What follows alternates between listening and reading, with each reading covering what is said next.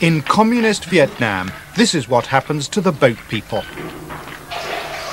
Wearing prison uniforms, they face sentences of up to 12 years for trying to leave their country. In Hong Kong, the boat people are also behind bars. So far, they've had the chance to settle in the West. Now Britain is changing the rules. They're being sent back to Vietnam and told to trust the communists. Being a Vietnamese, and we have grown up and experienced communists in some way, I never believe in what they said. And I think many refugees who have been spent years with the communists, they're even more afraid than myself. Christmas 1988 in the South China Sea.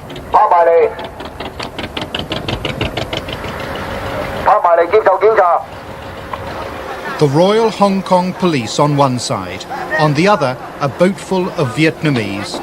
Two worlds meet. One wears the rubber gloves. The other are those huddled masses yearning to breathe free. In the poet's phrase, the wretched refuse of a teeming shore. For the Hong Kong police, another interception among hundreds accomplished this year. Anybody speak English? He can speak English. Do you want to stay in Hong Kong? We want to stay in Hong Kong for short time, and then go to other country. So you want to stay in Hong Kong? So you want to stay in Hong Kong just now? Now you see this notice? See this notice here, right? Do you understand this? Yeah, understand. Do you want to go in this vessel? Yes. Or do you want to go in a different way?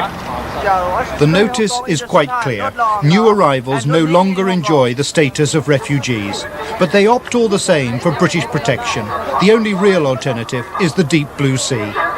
These boat people gave up everything to reach Hong Kong. Now another anguished process begins. In more sense than one, they've burnt their boats. You have no chance to get your boat back. You understand? I understand. But law all the rubbish, only the valuable property. Like it or not, they will now be subject to British authority for the foreseeable future. There were 66 people on this river barge. It took them 16 days to sail from North Vietnam. Their possessions were pitiful. In the past, all this was endured for the chance of freedom in the West. But now Britain, still in charge of Hong Kong, has changed the rules. These 66, intercepted this morning, now join 10,000 Vietnamese already caught up by the new policy. They face literally years of detention while their cases are processed, and the vast majority face a compulsory return to the country they've just fled. Britain's policy shift towards the boat people results from a tidal wave of arrivals during 1988. Hong Kong took over 100,000 boat people in a decade, but Western countries have been increasingly slow to offer them permanent homes. We take 20 a month. Then this year alone, 17,000 more arrived here. Hong Kong, as you know, is a very densely populated place, small place with already a problem of illegal immigrants from China, which we have to send back immediately. No question asked, just send back, repatriation immediately. But on the other hand, we are opening our doors for the Vietnamese refugees, and we don't know how many more will come. So we are really forced into a situation that we have to change the policy. And yet, we don't want to push them off to sea. So the only viable option is to implement this new policy whereby they would not get refugee status automatically on arrival. Britain's new policy signals the failure of the old. In an industrial town in Hong Kong's new territories, a factory building like scores of others. It used to make electric fans. It now houses 3,000 refugees.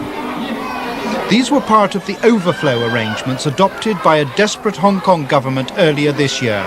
Conditions here have been condemned by the United Nations as unfit for human habitation. Most of the refugees, including young children, never leave the factory. They have no direct sunlight and health problems are severe. The factory refugees have until recently been rigorously confined to the camp, a policy aimed at deterring fresh arrivals.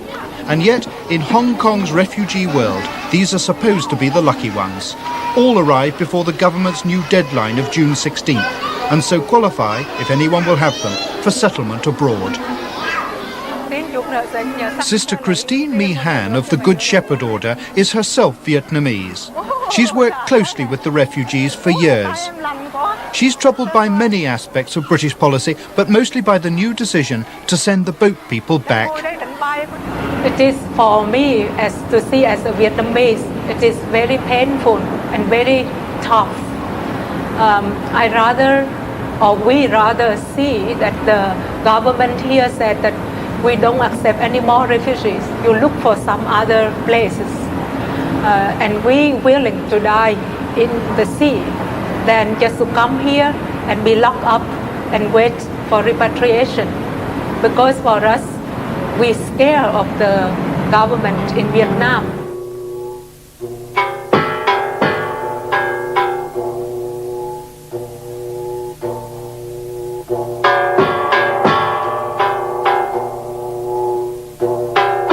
These are the unlucky ones. They arrived after the June deadline, and very few will qualify as refugees. They're economic migrants. They're not refugees. Now, refugee is defined as having a well-founded fear of persecution. And most of these people don't have that. The screening will demonstrate that one way or the other, but our impression is that most people don't have that well-founded fear of persecution. They're simply in search of a better life. There's no harm in that, and I understand that. But Hong Kong is not the place to provide it. Erskine is a former army camp in Hong Kong. It's one of 4 major detention centres housing the 10,000 boat people who have arrived since the deadline.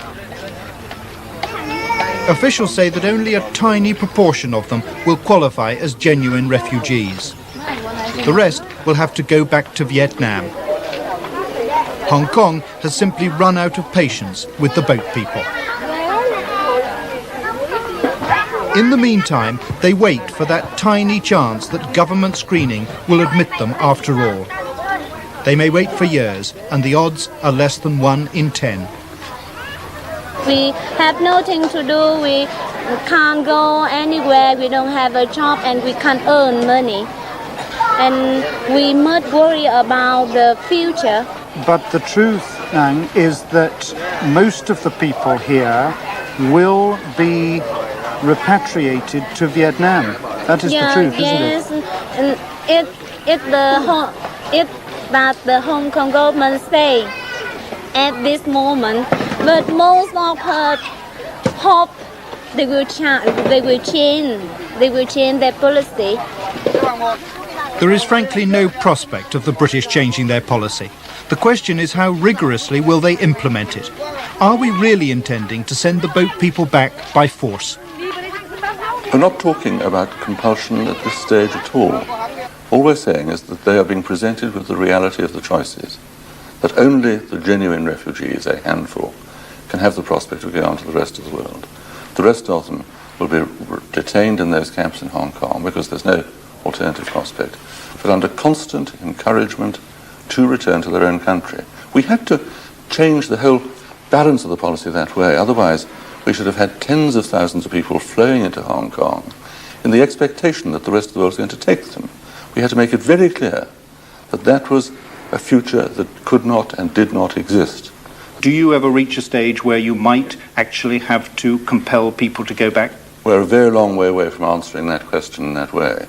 What we're saying is Hong Kong, the most crowded place in the world, can't deal with Vietnamese boat people who are not refugees any differently from the way in which every other country deals with people who are seeking unlawfully to emigrate to another country. This is Hong Kong's prison island of Hai Ling Chau, with the largest concentration of new boat people. This is where they're taken for vetting. It's a truism that justice delayed is justice denied.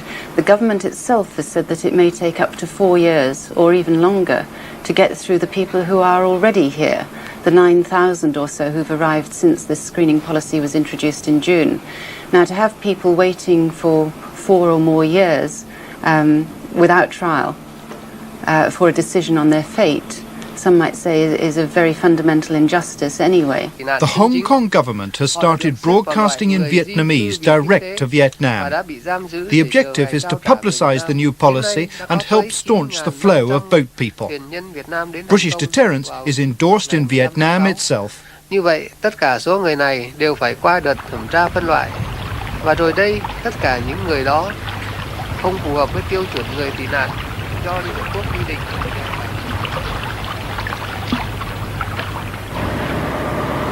A naval patrol off North Vietnam's spectacular coastline. There's no external enemy in view. The purpose is to keep people in. The only way a Vietnamese can legally leave the country for good is through the so-called orderly departure program. But it's accounted for only a fraction of those who have wanted to go. This turned out to be an innocent fishing trip, but it's been a busy year for this patrol. The officer commanding is quite clear about his task. Về vấn đề này thì trong toàn tỉnh, tất cả ở tỉnh Quảng Ninh, ở địa phương nào cũng tiến hành bắt, nhưng riêng phòng cảnh sát giao thông chúng tôi trong năm qua, chúng tôi đã bắt 7 vụ, trong đó 225 người đã xuất cảnh bất hợp pháp bằng con đường biển. No small naval force, however dutiful, could police Vietnam's 1,200-mile coastline. More than 1 million Vietnamese have slipped away into international waters in the past 13 years. The first major exodus of boat people to Hong Kong was from South Vietnam in 1979, 4 years after its fall to the Communists. They're still coming from the ports of Da Nang and Hue in the Old South. But this year, most of the 18,000 to reach Hong Kong came from Haiphong and Quang Ninh province in northern Vietnam, which have been under communist rule for a generation. Only now is Vietnam coming to terms with the meaning of this exodus. Over the years, Vietnam has developed a virtual refugee culture, a hemorrhaging of talent and manpower. People have boarded the frailest of boats. Thousands have been lost to storms and pirate attacks, all for the chance of a life in the West. With some already abroad, there's pressure on others to make the voyage, sometimes to reunite divided families. The northerners among them cannot realistically claim a fear of persecution. They flee other things, backwardness and poverty, economic mismanagement on a grand scale, and recent disastrous harvests. To establish a new generation in the wealthy West. They also flee a country burdened by its past.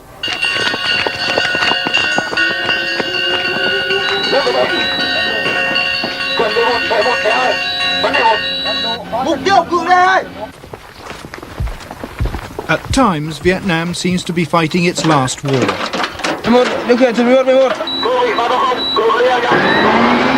A practice drill for a SAM missile battery guarding the capital Hanoi against foreigners. Vietnam supports one of the world's largest standing armies, swallowing half the nation's income. And yet the impact of war is still remarkably real. American bombing destroyed 2/3 of Vietnam's productive capacity, and most of it has never been restored. Along with post-war dreams of regional dominion has gone a prickly isolation. Only now, with political upheaval in the rest of the communist world, is Vietnam's outlook changing. There's glasnost here too, except they call it Tu Doi Moi, new thinking. There's a new interest in better relations with the West. Vietnam urgently needs aid. 20 years after his death, Ho Chi Minh is still revered, still wears a halo, and yet Vietnam is slowly turning away from his legacy. By any yardstick, Vietnamese communism, symbolized in the mausoleum of its founding father Ho Chi Minh, has been one of the most potent political forces of our time. In 30 years of war, it brought defeat to France on the battlefield and inflicted terrible humiliation upon the United States. To secure those military achievements, Hanoi constructed one of the toughest, most uncompromising, least pitying government systems in the world. It's to that system that Britain now proposes to take the lead in sending back the boat people. 4, 1, 2, 3, 4, 5, 6, 7, 8, 2, 2. A special prison in the northern coastal province of Quang Ninh, never before visited by foreigners. These prisoners have one thing in common. They were all caught trying to leave the country illegally. These are the boat people who failed to get away. Under Vietnamese law, they have committed a serious offence.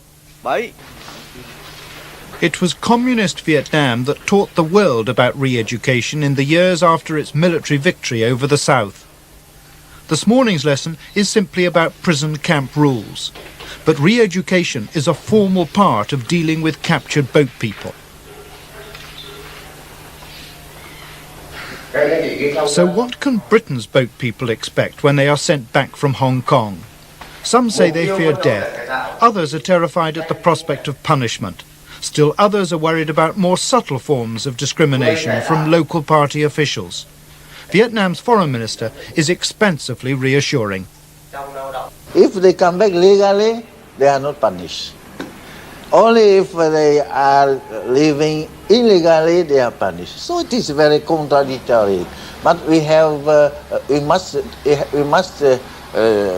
respect our agreement with the Hong Kong authorities. But no re-education program? No. Why? To what purpose? To discourage the people who are willing to come back? No. It is not our policy.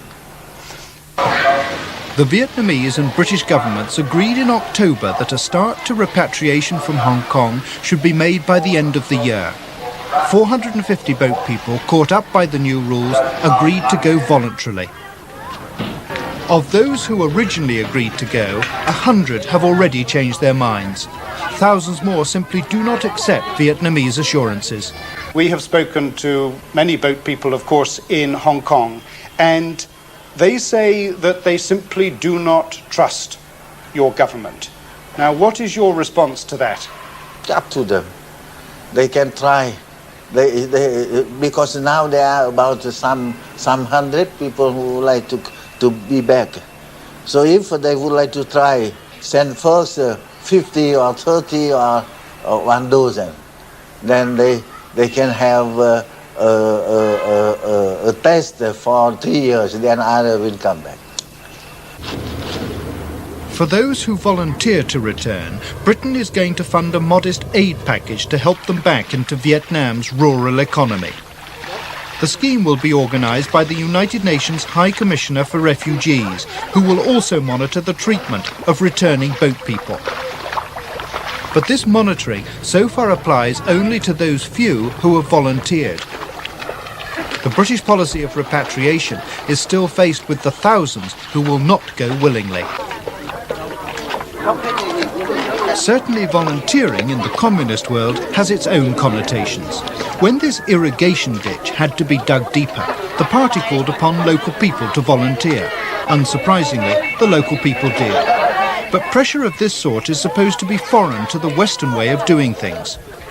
So what happens to the thousands of boat people in Hong Kong who are certain to be declared illegal immigrants and thus liable to be sent back here? Britain may force them as a last resort, but then there may be no arrangements on the ground to guarantee their safety. The UN have told us that they can't support a forced return. Even the Vietnamese say they draw the line at compulsion. It is not under the agreement between Vietnam and the Hong Kong authorities in London, you know. Are you saying, Minister, that Vietnam only accepts those who volunteer to return? Yes, this is agreed. That you... Agreed between Vietnam and Hong Kong authorities in London, you know. That you will not be accepting those who do not volunteer, those who are declared to be illegal immigrants who may be compulsorily repatriated. Can you force them to be back? Nobody. It is against the human rights, you know. On Britain's part, it's hoped that conditions in Vietnam itself might help resolve the political problem of what to do with the boat people. The government seems prepared to wait, calculating that they may recognise the inevitable and agree to return voluntarily. Changes here could give greater weight to Vietnamese assurances. Communist Vietnam is itself changing, just as communism has learnt the folly of its ways in other countries. So in Vietnam itself you find people saying, look, we realise that our policies are folly. We're seeking advice from the rest of the world as to how to change our economic policies. We're giving you assurances as to how these people will be treated on their return, and those assurances are being monitored by the UNHCR. It seems to me to be the only humane choice to offer these people who have in vain set off across the sea to Hong Kong. Back in Hong Kong's Erskine camp, the evening meal has been called. In the next few weeks, the first volunteers will return to Vietnam. For the rest, the day of reckoning gets nearer. Indefinite detention or repatriation. The ugliness of the choice could, it's feared, prompt an ugly reaction. We're going to be screening out a high percentage of these people, even after the objection process. The effect of that will be to deny them the one spark of hope that they've had. I think it's that one spark of hope which has made them very easy people to look after here. The camps have been very well run. There's been very little disorder. If you now have thousands of people with absolutely no hope except of going back to a country that they risk their lives to leave, I really wonder how Hong Kong is going to maintain order in the camps.